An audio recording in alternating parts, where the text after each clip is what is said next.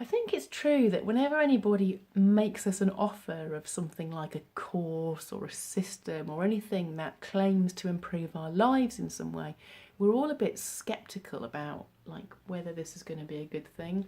And to be honest, where would we be if we didn't have that healthy cynicism and we just swallowed everything that was ever offered to us? We'd be in a total state, wouldn't we? So I wanted to share with you a little bit about the philosophy of the Fabulous Women course, where we're coming from, why we do it, why it matters so much to me, so that you can get a sense of whether this resonates with you and whether it feels like something that might actually be helpful to you at this time in your life. I've heard it said that to be a master of anything, you have to do at least 10,000 hours of deep practice. Deep practice is where you engage your whole mind, body, and soul in really engaging with the thing that you're trying to learn so that it becomes actually a part of you. You're not actually just exercising a skill anymore. It's like in your DNA almost. And if there's one thing that I have done 10,000 hours of deep practice in, it would be in the art of seeking for the authentic me, my essence, and really wanting to kind of connect with that and then bring that out into the real world in my lifetime. And I think that's quite a pertinent thing for these times, because the days when we were all seeking a guru or a system or a formula or a massive movement to follow seem to be over. It's almost as if now we're living in a time where this is all about us exploring what it means to be an individual, me, and how do I really explore me and myself to the fullest extent that I can and live that out in the most fulfilling way.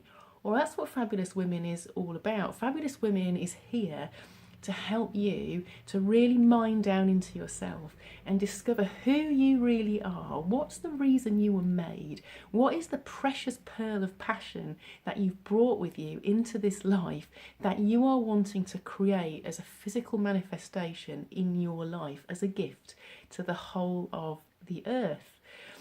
So where did I get this weird passion from? I would say it all began with my upbringing. I was born into a highly religious family with a capital R. And it wasn't just your average Sunday going church thing we did.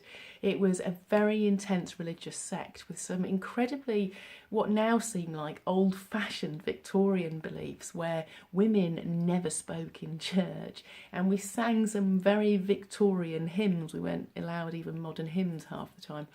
And some of the things that were believed about sinfulness and the wickedness of humankind, I mean, they were really quite interesting beliefs that seeped into my cells, into my DNA. It was like I was swimming in that atmosphere from being a baby, so that by the time I'd grown up, I didn't even question those things or think there was another way of being. It was only when I got a bit older and I suddenly began to get a sense. I remember standing in front of an ice cream cabinet in a shop as a 17-year-old and realising somehow that I didn't know what flavour of ice cream I actually wanted. I had no idea what I liked for myself. And I suddenly had that revelation that I was out of touch with something in myself. And that rumbled on a little bit to the point where in my late 20s, when I was expecting my children, I suddenly got a deep sense of hollowness at the centre of my being. So that instead of feeling that I'd achieved most of the things I wanted to achieve in my life and I should be very satisfied, I had a feeling that something was missing right at the core of me. And it was actually connection with myself. I didn't know who I really was. If you took away all the roles that I fulfilled in my life and the expectations that were put on me. And so slowly, I worked myself out of the world of religion. And I'm not rubbishing religion for those people that it helps, but I had a deep sense that I'd got lost inside that system that was telling me who I thought I should be, and I couldn't find myself. And so I worked myself out of that. And then I spent a long time in what I call the wilderness, where I felt very alone. I didn't have anyone I could talk to who really understood what I was trying to do or where I was going. A lot of people thought I was nuts. A lot of my old friends were really worried about me and thought I'd totally lost my way.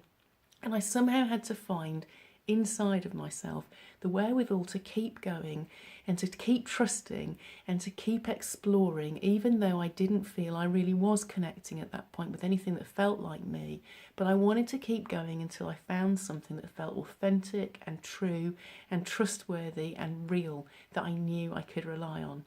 And that is where my passion for Fabulous Women came from, because I really, really want to share the stuff that I've learned, and I'm still learning all the time on this journey, with other women who want to be the fullest, most generous, most unapologetic expression of the real you that you can be. Because I believe that if we don't step up to the plate and find out who we are and start playing our part in creation, there will forever be a U-shaped hole in the universe, because nobody else can be you as beautifully and powerfully as you are.